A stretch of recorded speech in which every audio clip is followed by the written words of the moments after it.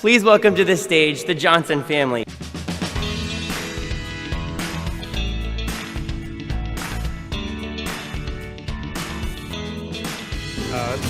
Rather than give a speech tonight, we're going to try and take you back to what life was like for us in 2006. So bear with our speech here.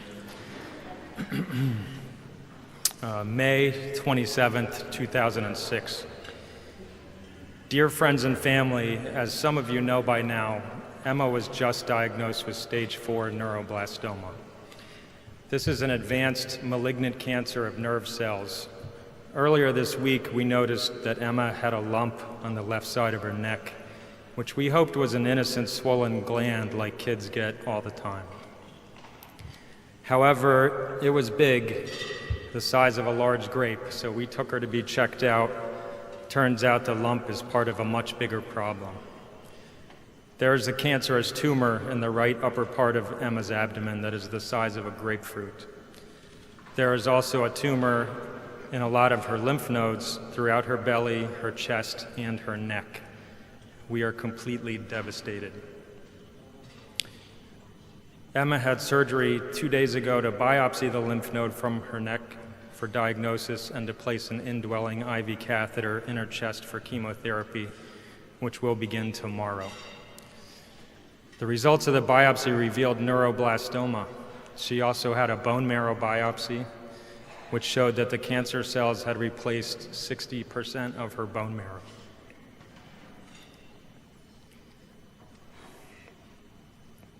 She only has a 30% chance of surviving this. How did we not notice she was so sick? Shane. June 8th, 2006.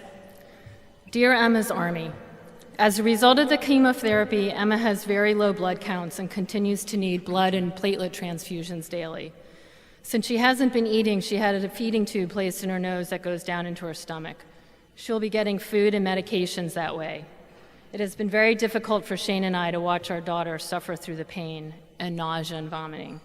She's developed mouth sores, which is an anticipated side effect of her chemotherapy, which are very painful. Her hair has started to fall out as well, and she hasn't had the energy to get out of bed in days. However, no matter how hard it seems to get, Emma never ceases to amaze me. Just a few minutes ago, I was looking at her, feeling a deep sense of sadness in my heart, and she looked at me and said, "It's okay, Mommy." I love her so much, Cynthia.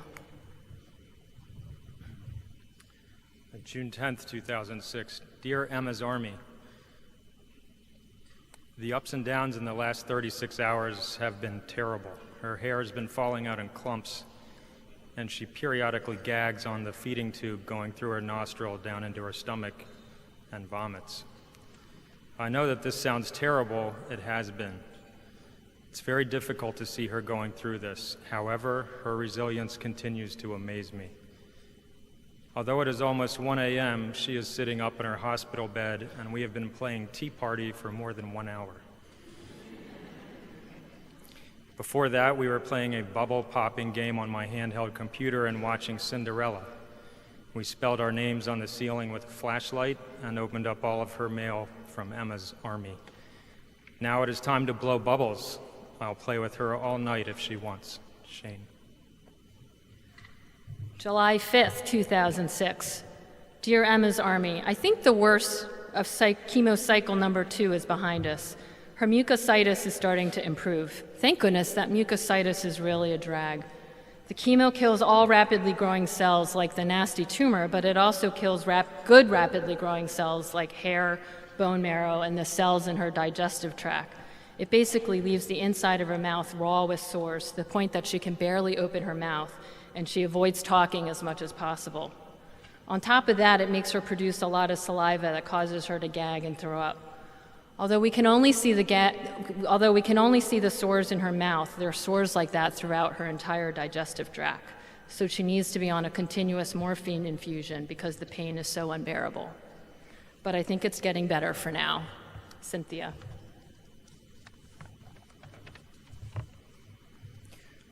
September 25th, 2006. Dear Emma's Army, today Emma is undergoing the big surgery to remove the primary tumor from her abdomen. It could take 6 to 12 hours depending on how things go. Cynthia and I are both scared, but confident Emma will pull through this long procedure. As she likes to say, she's not only beautiful, she's extra, extra tough. Shane.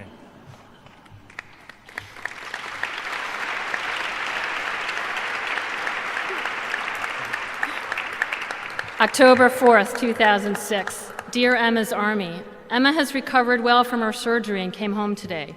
She's still weak, but getting stronger by the minute. Before leaving the hospital, she was playing air hockey and riding tricycles in the hallways. I think this whole ordeal is getting emotionally draining for Emma. Sometimes she says she just feels sad. In spite of everything, Emma's the best big sister you could imagine. She asked that we have Sammy visit her in the hospital every day. He was 2 months old at the time, and loves feeding him and holding him, although at 20 pounds, he's not so easy for her to hold. Her face just lights up when she sees him, and he gives her big smiles. It's just awesome. Cynthia.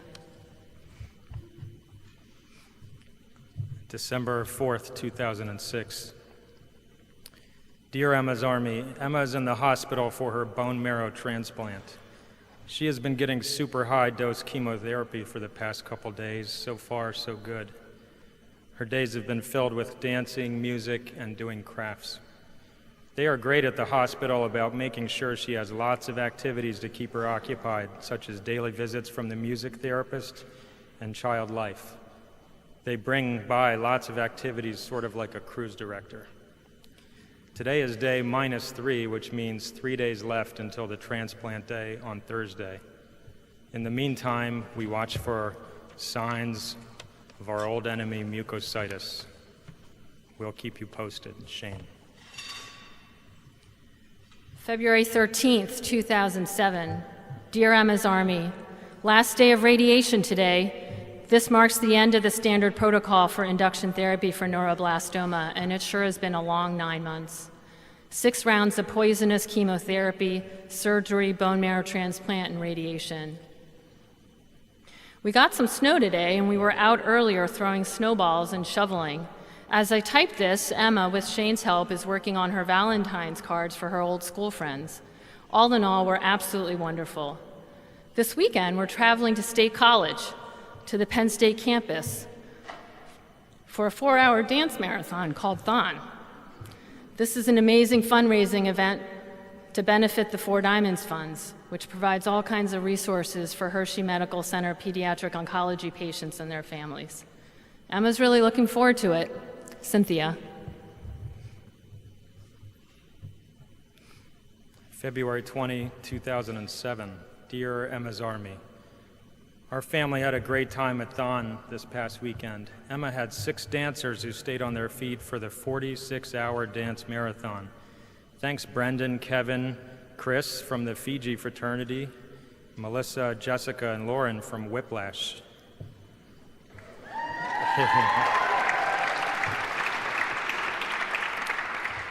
All in all, Thon raised over $5 million for the Four Diamonds Fund that benefits the pediatric oncology patients at Penn State.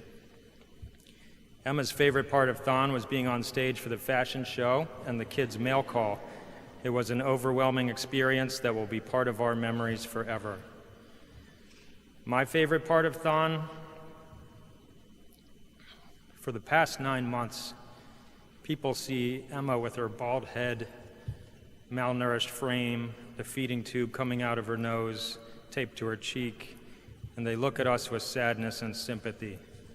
Don't get me wrong, complete strangers have been incredibly kind, but it's because they are sad for us. When we arrived at the Bryce Jordan Center and walked onto the floor for the first time, there was a stadium full of cheering supporters. There was laughter, dancing, and joyous celebration. Emma got no looks of sadness or sympathy. Instead, the students saw her bald head as proof that she was a superhero, and they flocked to her like a celebrity. For the first time in 9 months, we laughed, celebrated, and danced. Thank you, Penn State.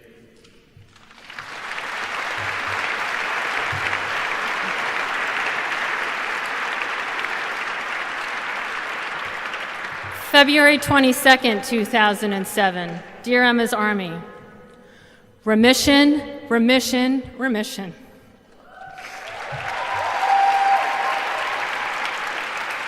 Emma had a CT scan, bone scan, MIBG scan, and bone marrow biopsies this week to evaluate her response to treatment, and she is cancer-free.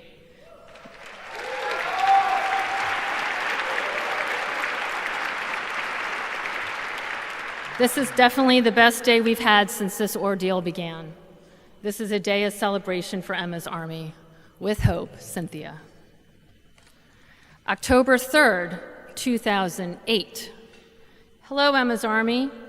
Emma has officially been off therapy for 1 year. Results from her surveillance testing this week show she continues to be cancer-free.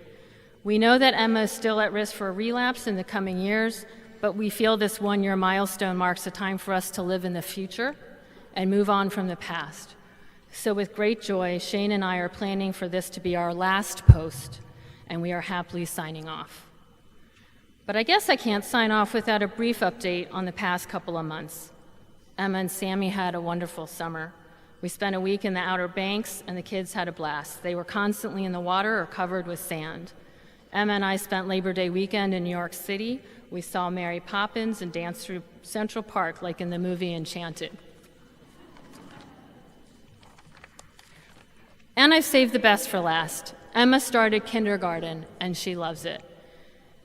As all of you know, when Emma got sick, we didn't dare dream we might ever see the day that Emma would be starting school. But that day has come, and we're the proudest parents in the world.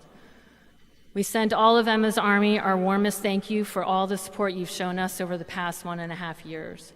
We have appreciated every well wish that you have had for Emma and our family. Thank you for traveling this journey with us. We never felt alone. And for all the other kids out there still battling cancer, you are always in our hearts. With hope, Cynthia and Shane.